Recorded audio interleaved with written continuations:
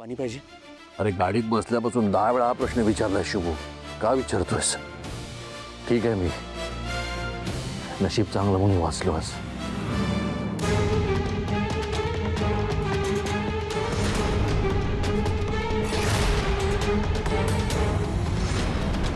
खरं तर श्रावणी मॅडममुळे वाचलो आम्ही. घरातून निघताना त्या दरवाजाजवळ आल्या पण 2 मिनिटं उशीर निघालो, नाहीतर सगळी दरड गाडीवर कोसळली असती.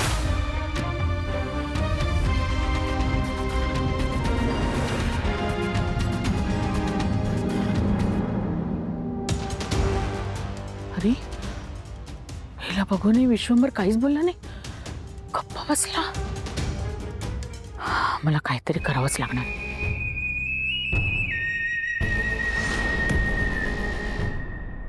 दिवसेंदिवस जरा जास्तच होत चालली श्रावणी.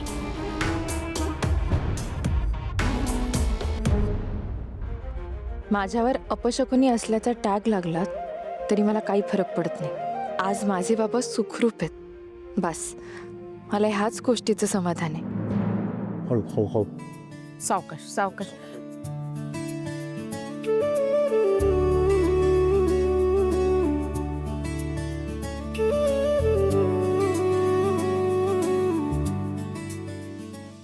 सावकाश रे सावकाश. अरे सांभाळ. भैयासाहेब, हा, हा ज्यूस घ्या, तुम्हाला बरं वाटेल. मामा, तुझ्या काळजीने आम्हाला काहीच सुचत नव्हतं रे. हो ना, तुम्ही घरी पोहोचेपर्यंत सगळ्यांच्याच पोटात गोळा आला होता. खूप टेन्शन आलं होतं सगळ्यांना. तुम्ही सगळेजण एवढा जीव लावताना माझ्यावर, एवढं प्रेम करता, तुमच्या प्रेमामुळेच सुखरूप घरी आलो. सगळ्यात जास्त श्रावणीला वाईट वाटलं बरं का. बिचारी एकदम अशी बावरून गेली होती रे. टीव्हीवर नको नको त्या बातम्या येत होत्या आणि तिला काय वाटलं माहितीये का, तू निघत असताना ती मध्ये आली ना म्हणून असं झालं. जाऊ दे नंदाक्का, जे झालं त्यात कुणाची चूक नव्हती. तो निव्वळ एक अपघात होता. उगाच तिला कशाला खेचायचं यात.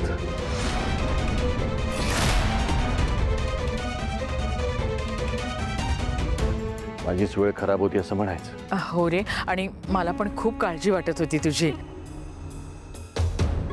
काय कुठल्याही क्षणी काही होऊ शकतं ना, म्हणून. हो ना मामा, आईला काही सुचतच नव्हतं, तिचं कशातच मन लागत नव्हतं. तू म्हणजे तिच्यासाठी जीव की प्राणच आहेस.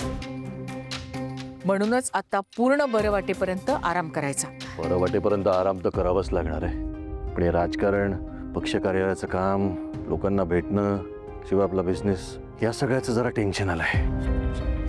महिनाभर तुला सगळं हँडल करावं लागेल. जमेल ना? तुझी मदत लागेल मला.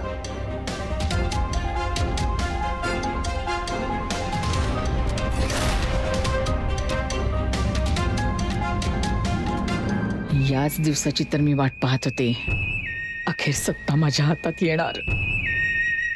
जमेल ना ही जबाबदारी घ्यायला? काय रे शुभू, जमेल ना?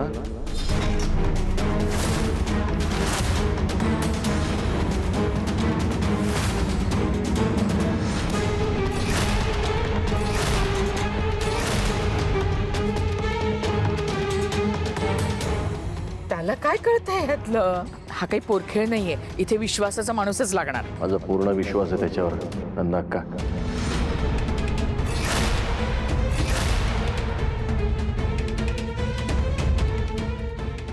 निवडणुकीच्या वेळेला बघितलं ना कसं नियोजन चोख केलं होतं त्यांनी. काय रे, जमेल ना? हो साहेब, मी सगळ्या जबाबदाऱ्या व्यवस्थित पार पाडेल. तुम्ही निश्चिंत राहा.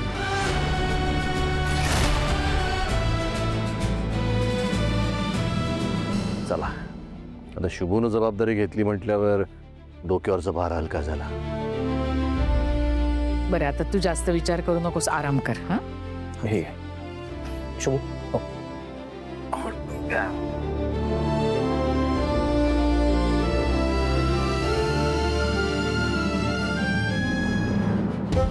तोंडाशी आलेला घास हिसकावला. या शुभ्याला आणि त्या श्रावणीला आता जास्त वेळ सहन करायचं नाहीये. दोघांचा काहीतरी कायमचा बंदोबस्त करावाच लागणार.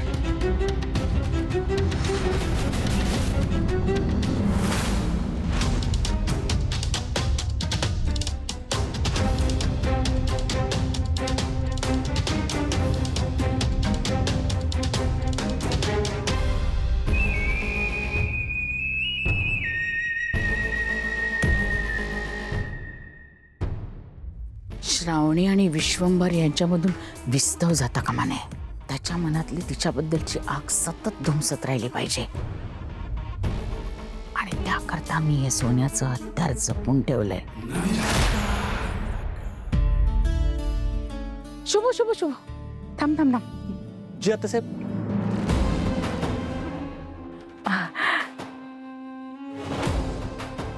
तुझ्यामुळे आज तुझे भैयासाहेब सुखरूप आहेत. खरंच तू खूप चांगला आहेस रे शुभू. थँक्यू आत्यासाहेब. आणि आता तर तू त्यांचं सगळं कामही बघतोयस. नीट करा सगळं. हो. नाहीतर कुठेतरी आमचे मंत्री साहेब गोत्यात यायला नकोत. अरे श्रावणीला पाहिलंस का? मॅडम त्यांच्या रूममध्ये असतील. काय काम होतं का तुमचं? नाही, आज विश्वंभर तिच्यावर चिडला नाही ना, देवच पावला म्हणायचा. मलाही जरा बरं वाटलं. तर मला जरा तिचं कौतुक करायचं होतं, पण ते त्या दिवशी हाराचं झालं ना, त्याच्यामुळे कदाचित ती माझ्यावर रागवली असेल. अहो नाही आत्यासाहेब, श्रावणी मॅडम असं राग बिग काय डोक्यात ठेवत नाहीत. तिच्या मनातलं बरंच काही कळायला लागलं रे तुला. नाही म्हणजे अरे तुम्ही रोज जाता येता, हसता गप्पा होतात ना, त्याच्यामुळे असेल. बरोबर आहे तू म्हणतोस ते. श्रावणी काही मनात राग धरत नाही, म्हणूनच मला तिला ह्या बांगड्या द्यायच्या. खरेदी करून 100 दागिने येतील असे, पण ह्या बांगड्या आहेत ना, या विश्वंभरनी स्वतः बनवून घेतलेल्या आहेत. राजे शिर्के घराण्याचा मान आहे या बांगड्या म्हणजे. होय काय? मी श्रावणीला देऊन येते. हा चालते आत्यासाहेब. अरे अरे अरे अरे अरे, काय ना? मला ना विश्वंभरसाठी सूप करायचंय रे. तू जरा ह्या बांगड्या श्रावणीला देशील का? अहो देतो की आत्यासाहेब, त्यात काय एवढं. थँक्यू.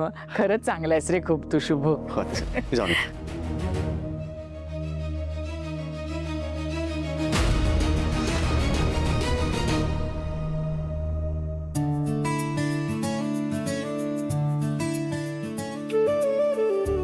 शुभू, मला काही कुठे जायचं नाहीये.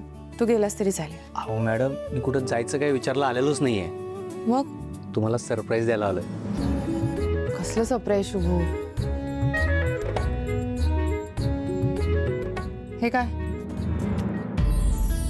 अहो राजे शिर्के घराण्यातल्या मानाच्या बांगड्या आहेत या. साहेबांनी खास बनवून घेतलेल्या. बाबांनी बनवून घेतलेल्या? हे तुझ्याकडे कशा? आत्यासाहेबांनी बक्षीस म्हणून तुम्हाला पाठवले. साहेब सुखरूप घरी आले ना, त्यामुळे खुश होते आत्यासाहेब. बघा, साहेबांनी खास बनवले. ह्या बांगड्या माझ्यासाठी पाठवलेत? शुभू, अरे किती सुंदर आहेत. बाबांची चॉईस कमालच आहे. मला वाटतं हे बाबांच्या चॉईसचं मला मिळालेलं असं पहिलंच गिफ्ट आहे. अरे हे मला घालून बघायचे. पकड ना.